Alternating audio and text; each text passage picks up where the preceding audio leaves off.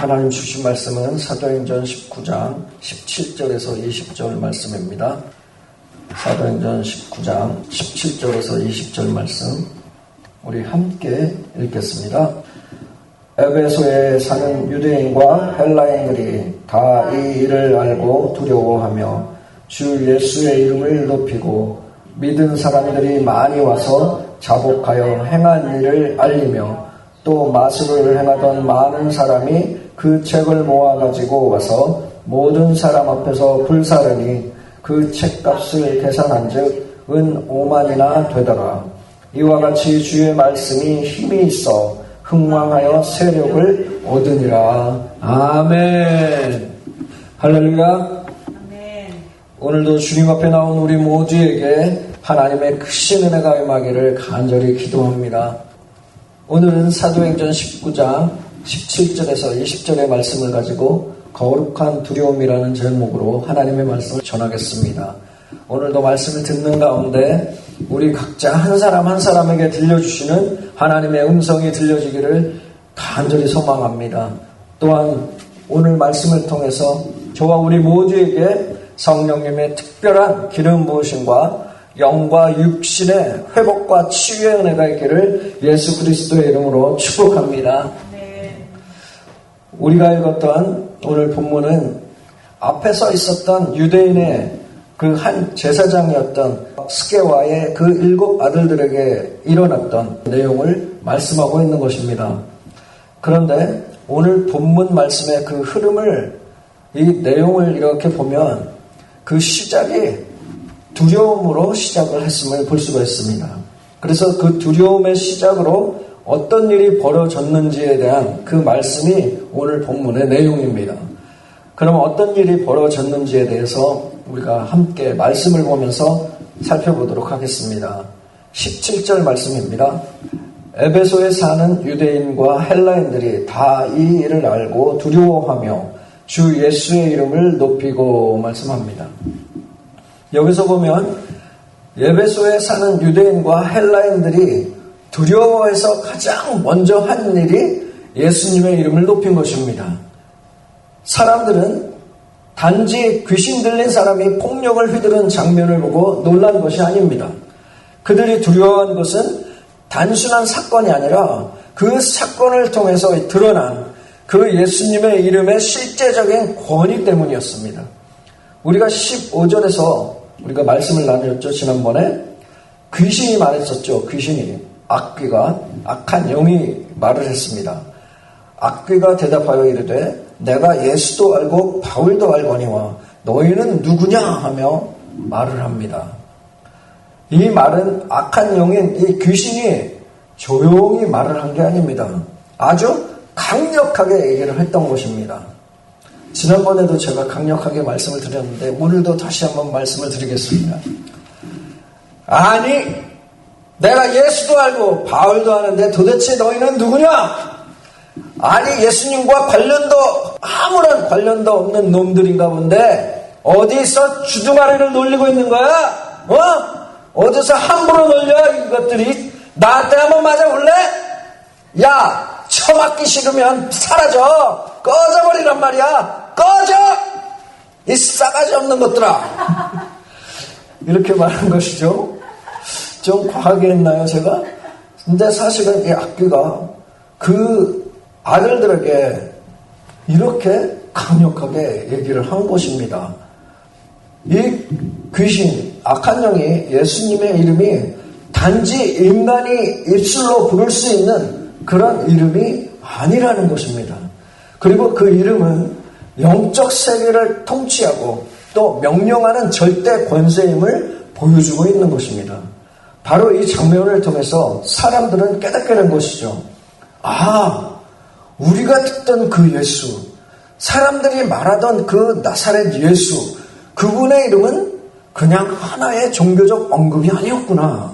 실제로 귀신들이 떨며 반응하고 영적 세계가 복종하는 이름이었구나 라고 알게 된 것입니다. 이 깨달음은 사람들로 하여금 입을 다물 수 없게 만들었습니다. 더 이상 예수님의 그 이름을 무시할 수도 가볍게 여길 수도 없게 만들었던 것입니다. 그러자 그들의 입에서 흘러나온 첫 반응이 바로 예수님의 이름을 높이는 것이었습니다. 여기서 높이다라는 이 헬라어는 메갈루로나는 그 단어인데 단지 칭찬하거나 좋다라는 그런 말이 아닙니다. 이 말은 공개적으로 인정하고 예배하며 크게 선포하는 그런 행위를 말씀합니다. 이것은 성령님께서 그들 안에 예수님의 이름의 그 실체와 권세를 보게 하신 것입니다. 그래서 이 사람들이 예수님의 그 실체와 권세를 보게 된 자들이 자연스럽게 예수님을 높이지 않을 수 없게 된 그 상태를 말하는 것입니다. 이 사실은 정확하게 빌립보서 2장 9절에서 11절의 말씀에 나옵니다. 이러므로 하나님이 그를 지극히 높여 모든 이름 위에 뛰어난 이름을 주사 하늘에 있는 자들과 땅에 있는 자들과 땅 아래에 있는 자들로 모든 무릎을 예수의 이름에 꿇게 하시고 모든 입으로 예수 그리스도를 주라 시인하며 하나님 아버지께 영광을 돌리게 하셨느니라 말씀합니다. 예수님의 이름은 단지 사람들의 입에서 오르내릴 수 있는 그런 종교적 구호가 아닙니다.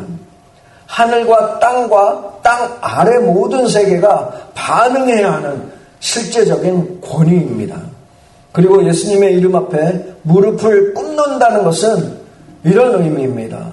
단지 나의 겉모습뿐만이 아니라 내가 누구인지, 예수님이 누구신지를 깨닫고 내 마음과 삶 전체를 주님께 순종하는 것입니다. 내 존재, 내 존재 전체를 내 마음과 뜻과 나의 삶까지도 모두 주님께 온전히 맡기고 드린다는 뜻입니다. 내 생각과 내 계획, 그리고 감정, 행동까지 모두를 예수님께 맡기는 것입니다. 예수님 앞에 완전히 무릎 꿇고 나를 다 내려놓는 것입니다. 이것이 예수님의 이름 앞에 무릎을 꿇는다는 의미입니다. 에베소의 사람들은 지금까지 예수님을 이름으로만 들었던 사람들입니다. 그러나 제사장 스게와의 그 7 아들들에게 일어났던 사건을 통해서 그 예수님의 이름의 실제적인 영적 권세를 직접 이들이 눈으로 보게 된 것입니다. 그래서 그들의 눈이 열렸고 마음이 깨졌고 또 영혼이 무릎을 꿇은 것입니다. 그래서 그 예수님의 이름을 높일 수밖에 없었던 것이죠. 이 두려움을 성령님께서 조명해 주실 때 우리는 거룩한 두려움을 알게 되는 것입니다. 그러므로 예수님의 이름을 아는 정도에서 끝나지 않고 예수님의 이름을 높이고 예수님의 거룩하신 이름 앞에 무릎 꿇는 그 존재로 나아가게 되는 것입니다. 아멘이십니까? 자, 이렇게 예수님의 이름이 높임을 받은 바로 그 이후에 놀라운 말씀이 기록되어 있습니다. 본문 18절이 이렇게 이어집니다. 믿은 사람들이 많이 와서 자복하여 행한 일을 알리며 말씀합니다. 지금 이 말씀은 자신들의 죄를 고백하고 회개하기 시작했다는 것입니다. 지금 이 짧은 한 절에 엄청난 영적 변화의 그 깊은 흐름이 담겨져 있음을 볼 수가 있습니다. 그들은 왜 갑자기 자신의 죄를 고백하고 회개하기 시작했느냐는 것입니다. 그것은 이들이 예수님의 이름이 얼마나 거룩하고 권세 있는 이름인지를 알게 되었기 때문입니다. 그 이름 앞에서 자신들이 어떤 존재인지를 분명히 보기 시작한 것입니다. 다시 말하면 예수님의 이름을 진짜 알게 되자 자기 자신을 정확히 보게 된 것입니다. 나 자신을 정확히 보게 된 것입니다. 사람들은 이전까지는 자신의 그 숨겨진 죄와 그 습관적인 타협들, 그리고 비밀스러운 그런 마술과 우상, 이 모든 것들이 다 괜찮다고 여기며 살아왔을지도 모릅니다. 그런데 이제 그들이 마주한 그 예수님의 이 이름은 귀신들이, 악한 영들이 떨며 복종하고 하늘과 땅 아래가 모든 권세가 반응하는 그런 이름이었습니다. 그 권위 앞에 사람들은 깨달았던 것입니다. 나는 이 거룩한 이름에 어울리는 삶을 살아왔는가? 나는 그 거룩한 이름의 영광을 안다고 하면서도 그 이름을 욕되게 하는 그런 삶을 살지는 않았는가라는 것이죠. 바로 이 순간 성령님께서 그들에게 보게 하신 것입니다. 그들의 마음 깊은 곳을 비추어서 그동안 스스로 자신이 감추었던 그 덮어두었던 그런 모든 죄들이 드러나게 된 것입니다. 그러니 흔들리고 껍질이 벗겨지는 그 은혜가 그들에게 임했던 것입니다. 그래서 그 은혜가 임한 자들은 사람들 앞에 나와서 자복하며 자신이 행한 일에 대해서 말하게 된 것입니다. 그런데 이들의 자복은 단지 자신의 실수나 감정을 뉘우친 것이 아니라 예수님의 이름의 실체를 알게 된 자의 그 내면적에 있는, 이 내면에 있는 그 붕괴이자 다시 시작하는 자의 고백이었습니다. 요한복음 1장 12절에 우리가 잘 아는 말씀 있죠. 영접하는 자, 곧 그 이름을 믿는 자들에게는 하나님의 자녀가 되는 권세를 주셨으니 라고 말씀했습니다. 그런데 이 하나님의 자녀가 되는 권세는 예수님을 진정으로 알고 그 예수님의 이름 앞에 무릎을 꿇는 자에게 주어지는 것입니다. 지금 본문의 이 회개한 자들은 이제 단지 교회 안에 있는 신자가 아니라 예수님의 이름 앞에 무릎 꿇는 그런 제자로 바뀌게 되었던 것입니다. 이처럼 진짜 회개는 단지 자신의 죄의식으로부터 나오는 것이 아닙니다. 그것은 하나님의 거룩하심 앞에 이 나의 존재가 얼마나 무너져야 할 존재인지를 깨달을 때에만 나올 수 있는 것입니다. 그리고 그 깨달음은 오직 성령님의 그 조명과 감동으로만 되는 것입니다. 가능합니다. 이들이 거룩한 두려움으로 이제 예수님의 이름을 높이자 성령님께서 그들을 비추셨고 그들에게 비추어진 그 죄는 더 이상 숨겨질 수가 없었습니다. 어두움의 빛을 비추니까 모든 것이 다 훤히 들여다보이는 것이죠. 다 훤히 드러나게 되었기 때문입니다. 그래서 자신의 죄의 고백은 터져나왔고 내가 안 할래야 안 할 수 없는 그 고백이 터져나왔고 회개하는 삶을 뒤흔드는 그 행동으로 이어진 것입니다. 이것이 바로 부흥의 첫걸음입니다. 예수님의 이름이 높여질 때에 우리 안에 죄가 낮아지고 낮아진 자리 위에 하나님께서는 새 일을 시작하시는 것입니다. 아멘이십니까? 바로 그 새 일이 시작되는 것은 행동으로 그들의 삶의 현장에서 바로 즉시로 나타나게 되었습니다. 오늘 본문 19절에서 20절의 말씀입니다. 또 마술을 행하던 많은 사람이 그 책을 모아가지고 와서 모든 사람 앞에서 불사르니 그 책값을 계산한 즉 은 5만이나 되더라. 이와 같이 주의 말씀이 힘이 있어 흥망하여 세력을 얻으니라 말씀합니다. 지금 이 말씀은 처음에 두려움에서 시작된 그 흐름이 예수님의 이름을 높이는 고백으로 나아가고 그리고 그것을 지나서 실질적인 삶의 전환과 말씀의 흥망으로 이어지는 것으로 말씀하고 있는 것입니다. 지금 이 19절에서 20절은 단순한 회개의 장면을 넘어서 성령의 역사가 공동체 안에 어떻게 실질적인 그 변화와 영향력을 주는지를 보여주는 그 중요한 내용입니다. 또 마술을 행하던 많은 사람이 그 책을 모아가지고 와서 모든 사람들 앞에서 불사르니 그 책값을 계산한 즉 은 5만이라. 이 말씀은 단순히 사람들이 죄를 고백했다는 그 수준이 아닙니다. 그들의 삶을 지배했던 그들의 삶을 지배하던 그 어두운 영역을 끊어내는 그 회개의 열매를 보여주고 있는 것입니다. 여기서 성경은 굳이 모든 사람들 앞에서라는 말을 합니다. 모든 사람들 앞에서. 이것은 단지 개인적인 정리나 뒷정리가 아니라 공개적인 고백과 공동체 안에서 자신들이 행했던 그동안 마술에 관한 것들과 모든 그런 것들을 완전히 단절했다는 것을 보여주는 의미입니다. 이들이 불사른 책은 어떤 책이었습니까? 마술책이었습니다.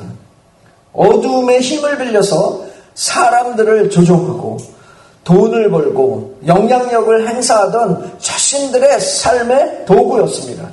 그래서 그 책은 단순한 그런 취미나 장식이 아니었습니다. 그 책은 그들의 정체성이요, 자존심이요, 어떤 면에서는 그들의 생계의 수단이었습니다. 그런데 그 모든 책들을 모두 가져와서 사람들 앞에서 불태웠던 것입니다. 아주 대단한 결단과 각오를 한 것입니다. 이들의 이 불사른 책의 값이 얼마나 되는지 아십니까?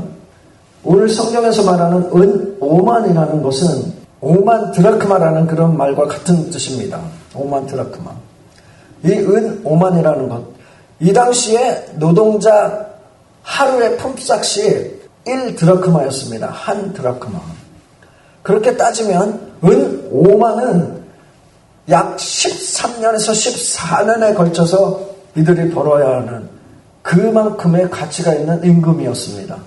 우리가 현대 화폐로 계산을 해도 수십억 원에 해당하는 그런 값에 해당하는 돈입니다. 엄청난 돈이죠. 은 5만 드라크마. 이 엄청난 재정적 손실을 이들은 그 값까지 굳이 이들이 사람들 앞에서 다 불사른 것입니다. 이 얘기를, 이 재정적 손실을 은 5만이라는 그 말까지 성경에서 기록한 이유가 단 하나입니다. 이들이 회개를 진짜 했다는 것입니다. 회개를 진짜로 했다. 말로만 회개한 것이 아니라 실제 삶에서 우상이었던, 그들이 섬기고 바랬고 그들의 우상이었던 것을 끊는 그런 행동으로 보여주고 있다는 것입니다. 이것이 진짜 회개의 열매입니다. 사랑하는 성도 여러분, 진짜 회개는 반드시 희생이 따릅니다. 그냥 감정적인 우리의 눈물만 흐르는 것이 아니라 이전의 삶을 다 끊어버리고 다 내려놓고 때로는 나에게 손해를 보는 그런 일이 있더라도 그런 모든 것을 감수하고서라도 하나님께로 향하는 그 방향 전환입니다. 그리고 이들의 이런 실제적인 삶의 회개의 결과는 주의 말씀이 힘이 있어 흥왕하게 된 것입니다. 이와 같이 주의 말씀이 힘이 있어 흥왕하여 세력을 얻으리라 말씀했죠. 주의 말씀이 힘을 얻었다는 것은 단지 설교가 잘 들렸다는 그런 말이 아닙니다. 말씀이 사람들의 삶 속에 파고들어서 행동으로 바꾸고 가치관을 바꾸고 도시를 바꾸고 영적인 그 흐름의 방향을 바꾸었다는 그런 뜻입니다. 말씀이 강력해지는 이유는 단 하나입니다. 말씀 앞에서 나 자신을 비추어보고 회개하고 내려놓고 순종하는 사람들이 많아질 때입니다. 오늘 이 에베소의 부흥은 단지 사람이 많이 모였기 때문이 아닙니다. 아무리 많이 모여도 거룩한 두려움이 없으면 부흥이 일어날 수가 없습니다.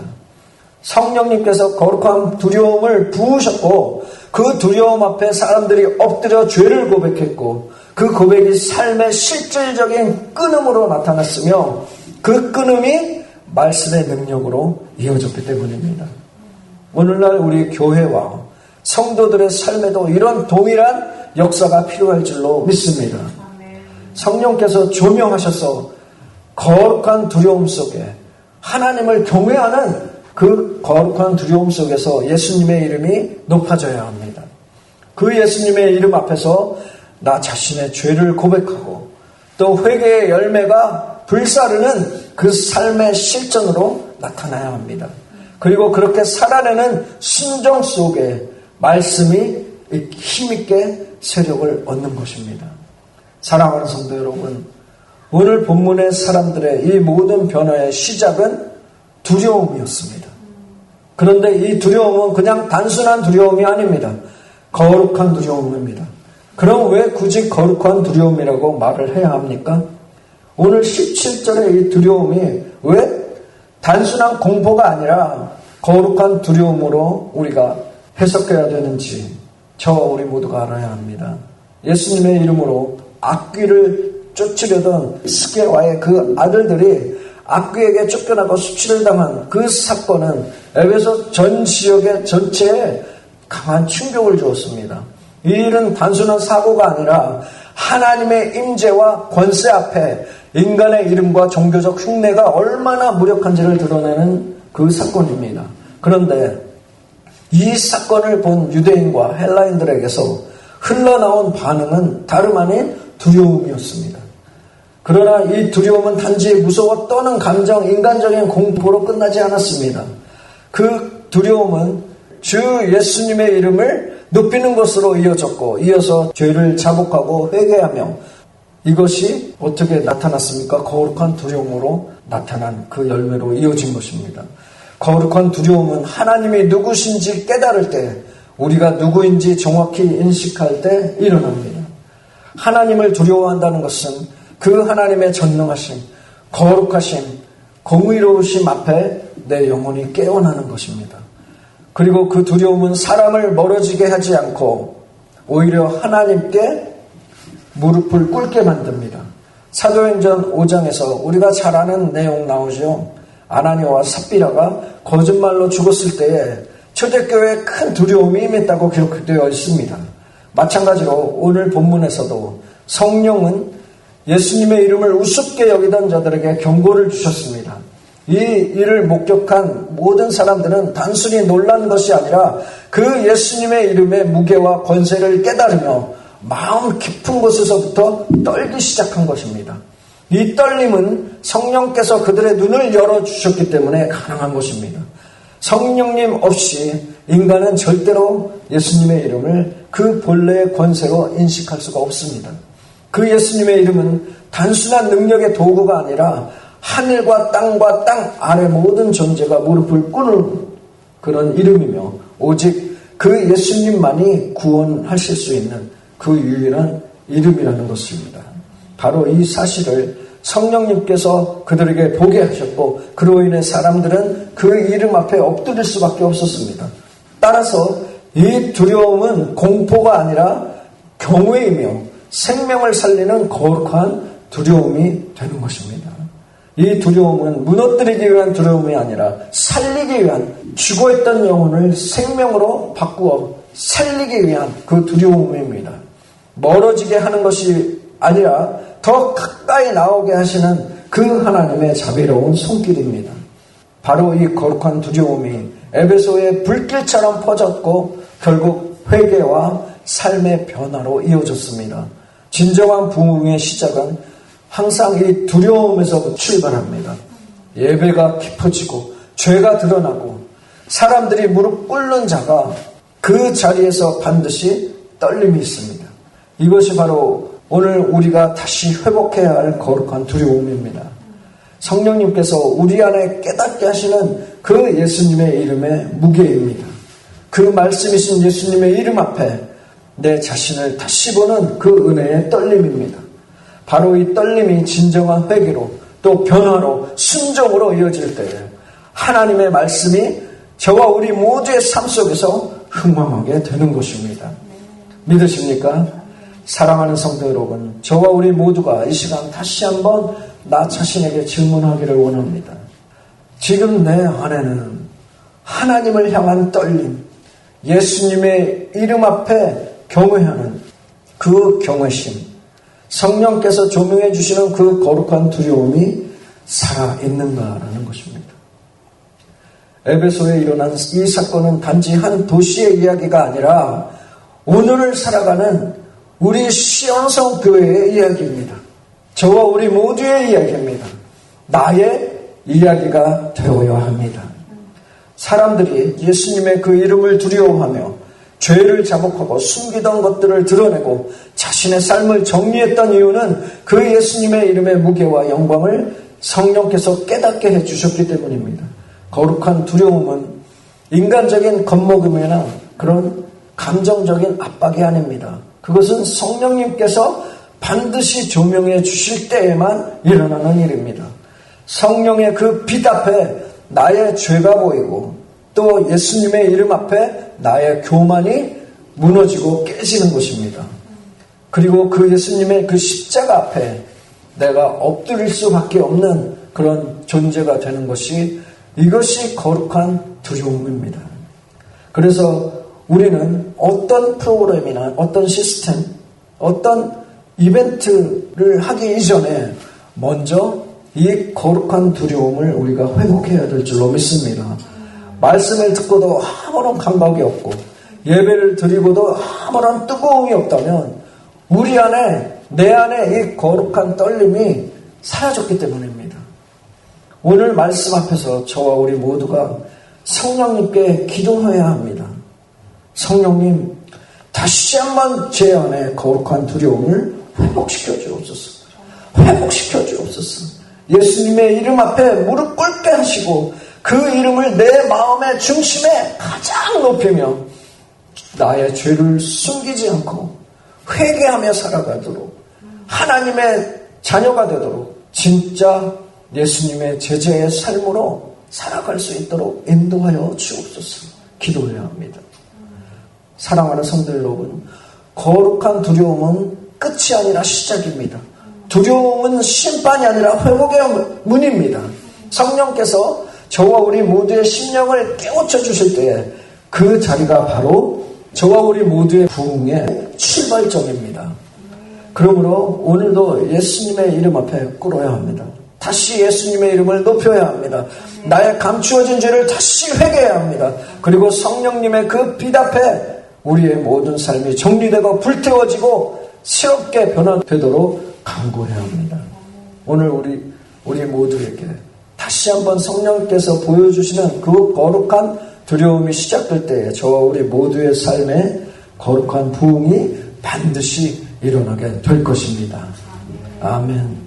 이번 한 주간도 이러한 거룩한 두려움의 회복으로 늘 승리하며 살아가는 저와 우리 모두가 되기를 예수 그리스도의 이름으로 축복합니다.